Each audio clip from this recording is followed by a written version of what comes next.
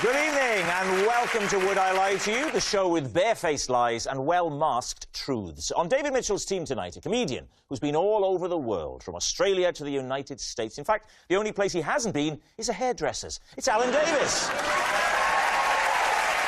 And a woman who, when she was at university, earned a first-class degree in romantic poetry. I must tell her the one I wrote. There once was a man from Nantucket who's another time. It's Germaine Greer! And on Lee Mack's team tonight, he's the host of Pointless, one of BBC's most popular tea time shows, or as students call it, breakfast television. It's Richard Osman. And a footballer who played for Nottingham Forest, Newcastle United, Spurs, Aston Villa and QPR, meaning he was either hugely in demand or couldn't get on with anybody. It's Jermaine Genus. And so we begin with round one, Home Truths, where our panellists each read out a statement from the card in front of them. Now, to make things harder, they've never seen the card before, they've no idea what they'll be faced with. It's up to the opposing team to sort the fact from the fiction. Richard, you're up first tonight. Last year, at a party, I shared a jacuzzi with 3 of the eggheads. David Mitchell's team. Which 3 eggheads? Oh, it was Barry. I know, right? Kevin. And Chris. Do the eggheads, are they only allowed in a jacuzzi for 3 minutes?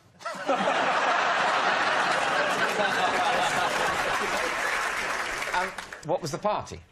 Well, it was all of the sort of quiz shows together. We're doing a big photo shoot, and it was us, and by us I mean Pointless. It was Eggheads, The Chase, and like 15 to 1. How'd you get all them in? Just out of interest, who initiated the jacuzziing? There have been some photographs in it earlier in the evening, and then later in the evening people were jumping in of their own accord. Right. Okay. What was the photo shoot for? Radio Times, TV Times, one of those. So with the concept for the photo was 3 eggheads and you in a jacuzzi. what were the 15 to 1ers and the chasers doing? We were doing all sorts of photographs, drinking champagne, jacuzzi. It was supposed to be, you know, decadence and all this kind of stuff. The concept was decadence in the quizzing community. I think it was champagne, chocolates, just being decadent. I think that chocolates in a jacuzzi. Not in a jacuzzi. Sort of a box of Black Magic bobbing. I think photographing a lot of people from different quiz shows in a ridiculously kind of opulent setting is the sort of idea that a listings magazine might have. For example, for the last series of this, they had us sitting round a table pretending to play poker and pulling loads of faces. Yes. It's the kind of stunt that they do, rather than just having a normal photograph and then a note of when the programme is on, which is all you need. I rather enjoyed the poker photo. It's a lovely opportunity to spend time with you and Lee out of this environment, but never mind if you weren't. Yeah. To be honest with you, Rob, I also had a terrible time. Right, it's time to make your mind up. What way are you leaning, Alan? I don't think it's true. I can see the photo shoot, but I just can't see him in a jacuzzi. Continuing to party at the end of a photo shoot was certainly not something we considered, was it, Lee, at the end of the aforementioned Literally, poker. as he put the cap on the end of the camera like that, we were in the taxi, weren't we? Yeah. And I remember as we drove off, winding the window down and hearing, "It's my round, lads." Yeah. I thought, "It's my round!" Take your head down, he's looking! Rob sent me the end of his anecdote in 5 long texts. So, Jermaine, what do you think? I'm going to say... Is this a musical? You say the lie. You think it's a lie. A lie. So you both think it's a lie? Yeah. We'll say lie. You're going to say it's a lie. OK, so Richard, jacuzzis, photo shoot, truth or lie? It is lie. Hey! Yes, it's a lie. Richard didn't share a jacuzzi with 3 of the eggheads. Jermaine Greer, your turn. Whenever I travel by tube, I look around the carriage to decide who I'd eat first. If we were a group of people stranded on a desert island. Lee? I hope this isn't true, Jermaine. Although we're now all doing it. Yeah. And I think we all know what we're thinking. Yeah. It's not going to end well for me. Think about you, you could eat you and make a raft out of the bones. So, Jermaine, is this the thing you only do on the tube? Well, you know how, I mean, you can sit in the tube, stupefied with boredom, and ask yourself what everyone would look like undressed. And that is just so depressing a thought that I started to work variations on this theme and thinking, you know, who looks toothsome? Toothsome? Yes.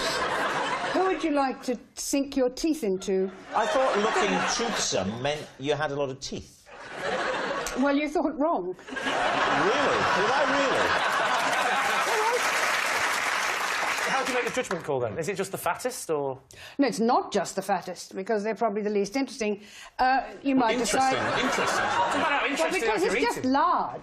Unfortunately, it's positively correlated with youth. So you like Uh-oh. the idea of eating you?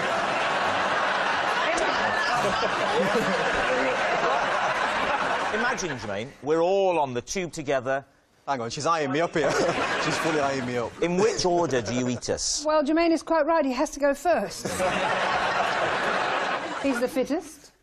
That's an He's assumption. Thank you very much. So you're starting with Jermaine. All right, we'll allow you that. Who do you turn to next? I think it'd probably be Alan next. It's hard to know if it's a compliment or not, isn't it? Do you remember that feeling at school when you were lined up and they were picking the football team? And the only thing you could think was, I better not be last. It's happening again! So you've got Jermaine and Alan. Who do you go to next? David, I think. Thank you. It does feel like an honour, doesn't it? It does. I'm very proud to finish in the top half of the table. Why would you go to... Why, for Lord's sake, would you go to David before me, to a lesser extent Lee, and Richard? Why? I think Richard would be a bit difficult to handle, to manage. So you've got the three of us left. Who's next?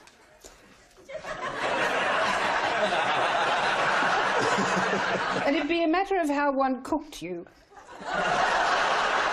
Crackling is what comes to mind. I don't know if she's insulting me or praising me. Everybody loves crackling if it's made properly. Yes, I like that. So it's me next, is it? Well, yes, maybe. Look, this is getting out of hand, I'm afraid. I'm full already. I'm not you even take it- hungry anymore. Take it a little more seriously, please. So you're left now. You're left with the two stragglers. You've been pushing them around your plate. You really don't want to know. It's, Lee and, Richard. Who do you go to next? I can't help thinking at this point I'd have probably got off the tube.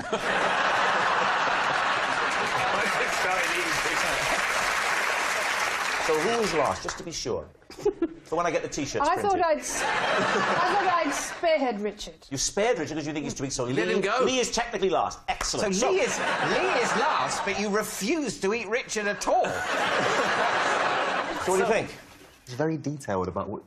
When she looked into your eyes, I said, I'd like I saw... to be Yeah, first. that's definitely I told you, the eyes told me, yeah, you're going. Like. You felt sure.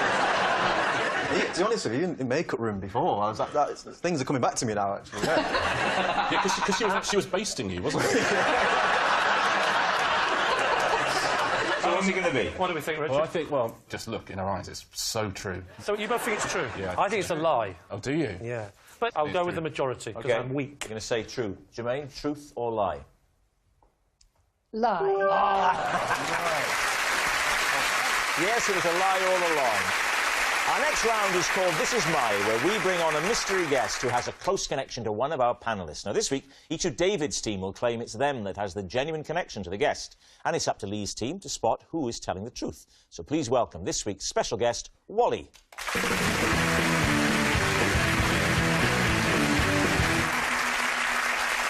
So, Jermaine Greer, what is Wally to you? Oh, this is Wally. He's the crane driver who once let me sit in his cabin 50 feet above my house. Alan, how do you know Wally? This is Wally, and during one of his driving lessons, I crashed into the co-op. And finally, David, what is your relationship with Wally? This is Wally, and he intervened when I got into a whispered row with a woman in a library. So, there it is. Lee's team, where do you want to start? Wally's got the top half of Alan's face and the bottom half of David's. I think the fact Jermaine's got that was in her fridge.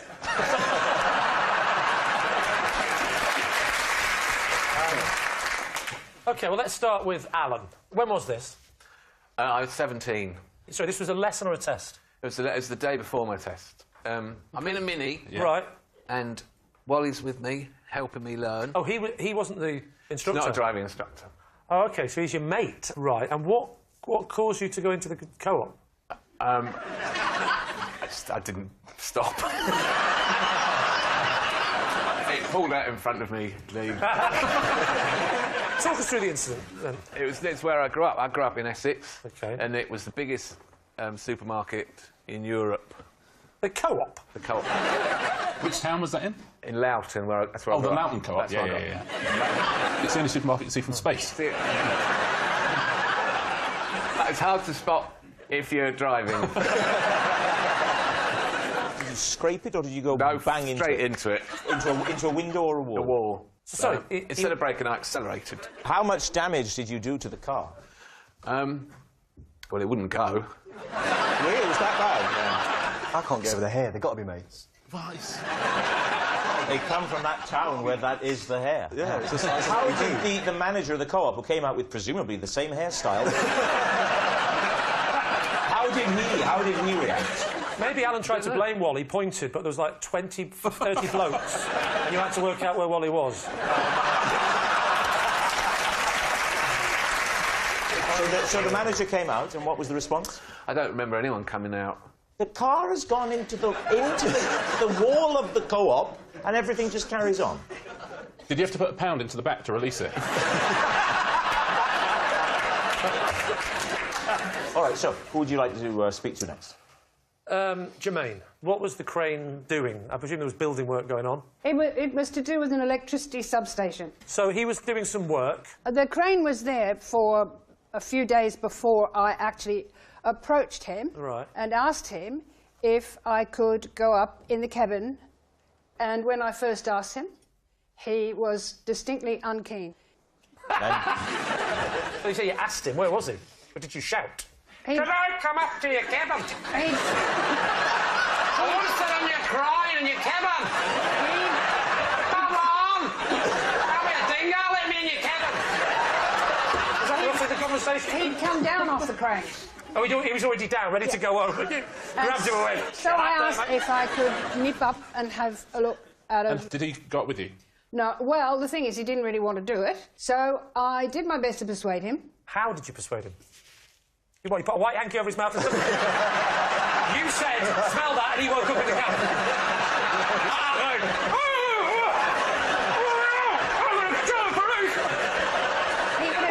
He would have had to be dragged up unconscious. I couldn't have done that. It was only the practicalities that stopped her from doing it.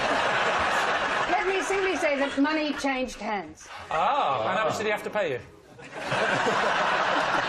So did you both go up to the cabin? He said I had to go first, just in case I missed my footing. And he went up right behind you? Not right. Wally, you pervert! OK, so you're up in the crane. Yeah. Is there room for two people in those things? Barely. It was... So it was intimate. Not really, but it was You can't have it both uncomfortable. ways. You certainly can't have it both ways in that, it's too small. Have some respect for Jermaine Green. So sorry about my friend. It was pretty cramped, but he showed me how you use the controls. You're telling me now that you actually had a go of it, No, I didn't have a go of and it. he showed you how to do But it.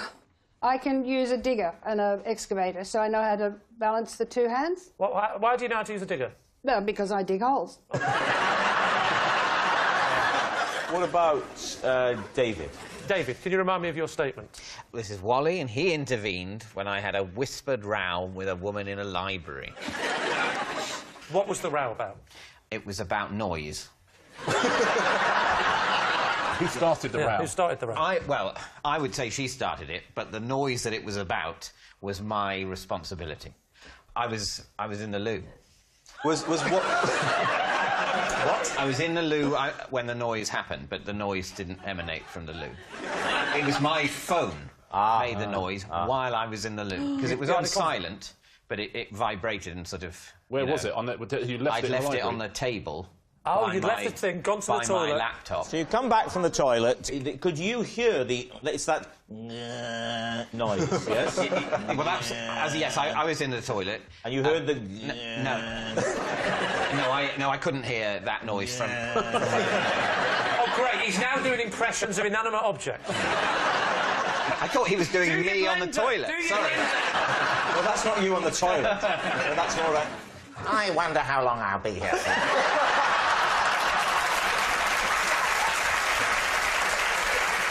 So, what happens next? Well, I come out of the toilet and she's immediately incensed and comes up to me and has a massive whispered go at me. What did she say? She said, I've been trying to work in here and you've been making noise all the time and that phone has gone off 2 or 3 times.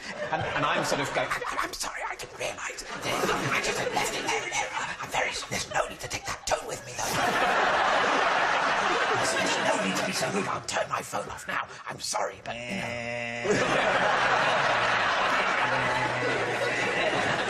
So this carries on for a few minutes, and then Wally, who works there, comes up and has a word with us both and says, please, you know, be quiet and get on with your work. OK, we do need an answer. So Lee's team is Wally, Jermaine's crane companion, Alan's car crasher, or David's bookish buddy. He's got a bit of library about him, hasn't he? He has got a whiff of book about him. That's my new fragrance for Christmas. If I had to choose, I would say Alan. What are you thinking, Jermaine? The whispering argument, I can see it happening. Yeah. And I bizarrely think it might be Jermaine. Oh, brilliant. OK, so Jermaine thinks it's David. I think it's Alan. You think it's Alan. And you think And I it's think Jermaine? it's Jermaine. Let's say Jermaine, then. Jermaine has to pick. Yeah, I think Jermaine should say Jermaine. I'm handing the leadership qualities over to Jermaine All right. and letting him decide who it is. What do you say, providing he Jermaine? says Jermaine. We collectively think it's David. No! No, he doesn't! You're saying David? OK. So, Lee's team, after a thorough democratic process, are settling on David. Wally, would you please reveal your true identity? My name is Wally, and I was teaching Alan how to drive when he crashed into the car park. Thank you very much, Wally. Which brings us to our final round, quick-fire lies, and we start with... It's Lee. After an incident last year, I have a fear that some of my neighbours think I hunt ducklings. David's team. What was the incident? Hang on.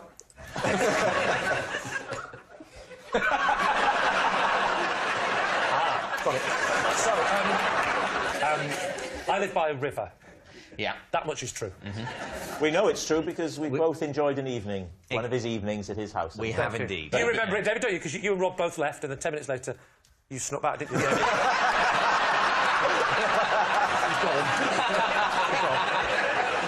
And I remember as David drove off, going, I'll give you a lift, David! David! David! So, I live by the river. Yeah. And there was a duckling in the front of our house. Let's call it the driveway. Oh, right, yeah. And I didn't want to say driveway because I start making them all showbiz that I've got a car. Anyway, so there's the duckling, Which right? part of the drive? Was it down by the gates or where it sweeps up around the lawn? I don't know. I got over the moat, to be honest with you. Actually, a duckling would be quite good against it. I reckon I know how. I've been thinking about it. So this duckling on its own. Yeah, so is there's a on duckling. on the drive. He's on the driveway. Yeah. This was the yellow fluffy variety. Right. And so I decided I must catch the duckling and try and put it back in the water. Yeah, in the river. Why? You mean why have I got a heart, David? Yeah. Why did you bother about this non-human thing? Why did you eat it? So, yeah, no, Why duck did you is... baste it, fry it and shove it in your mouth? Are you saying Why that didn't you? Sorry, David. Yeah, I mean, you've had enough time to invent anything. Right. So you see the duckling on the drive, Yes. you pick up... What is this thing that you're picking up? This is, I have a big net in my house. Right. Yeah? And so I see this duck and I catch it and I scoop it up. So I've now got a duck in the net. You're right. And my plan was to look round for lots of baby ducklings and a sort of adult-sized duck going... And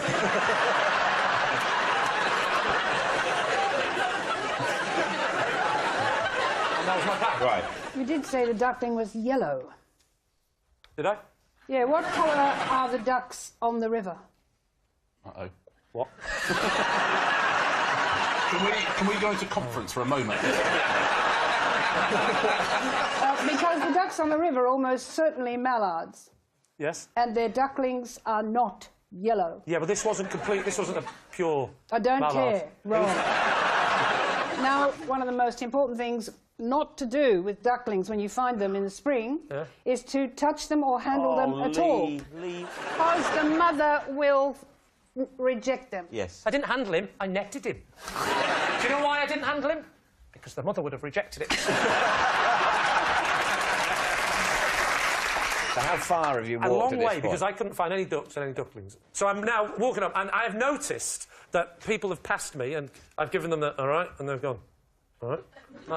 It dawns on me after half a mile, they're going, I think this stretch of the river, which is famous for fishing, I think that weirdo has been catching ducklings. They think I've scooped one out, because it's a proper big fishing net I've got. So I decided to go home, ring up the RSPCB, RSPCD. B, I said. D. P. It's the RSPB. Oh, sorry. RSPB, you idiot. Or the RSPCA.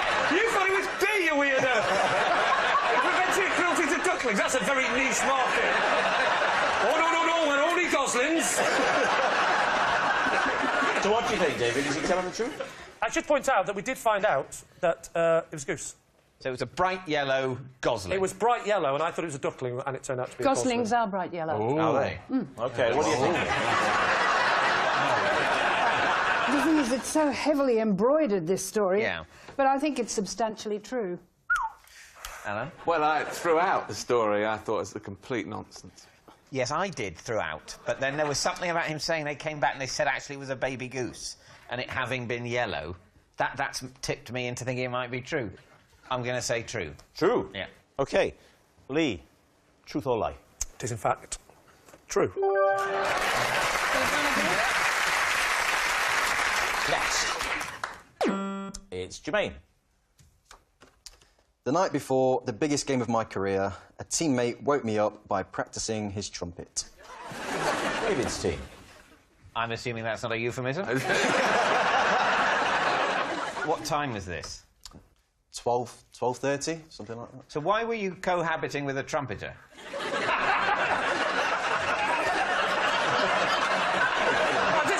Please, just use that as the trailer. And that's it. All we need. It's not something that you ask, is it? I mean, are you a trumpeter? And let's room together. I don't know. But he was from your team. He was, yeah. He was in my team What team was it? when I was at Newcastle United. So where were you? I was in a hotel. A hotel? Yeah. Where? It was in Newcastle. Think about the other team you were playing. And it was probably Were you the just about same to answer. say in Newcastle? It was in Newcastle, yeah. Why would you be in a hotel in your own hometown? Because we were playing against Sunderland. Oh, fair enough. Sometimes the manager likes to just keep the players together. Ah, yes, right. I have Okay, heard of Lock that. and key. Who was the trumpeter? It was Nobby Solano. Oh, Nobby Solano. He's from Peru. What was he playing? I can't help thinking, if someone wakes you up playing a trumpet in your ear, I'll go, oh, what is that? Is that... no, don't tell me, carry on playing. I'll get this. It was something like, you know, them Mexican kind of food adverts, like...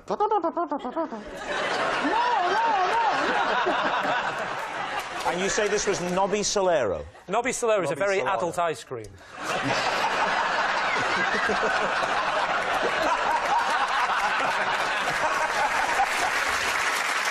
So where is he trumpeting? He was, like, kind of, like, sat at the edge of his bed, like this, with a stand and... Was it, he'd set up his... If this is a lie, don't push it so. He'd set Stand at a up, battle. he'd set up his music stand. Tunic. You got a tunic and a hat on. Under his chin. 2, 3, 4. And what was his excuse? That he's practicing, that was it. And did the conversation go further? Did you say... Well, I just said, you know, put it away. And also start playing the trumpet. What do you think? I mean, I know the world of football is not one that you're overly familiar Yes, with. but I am an expert in nocturnal trumpeting. You know, it balances out. What do you think? It's certainly true that people tolerate a lot of noise in South America, generally. OK. You think... I wouldn't be surprised. I'm going true. We'll go true. OK, Jermaine, truth or lie? It's true. Wow. And that noise signals time is up. It's the end of the show. I can reveal David's team have 5 points and Lee's team have 0. But, of course, it's not just a team game. My individual liar of the week this week is Germaine Greer.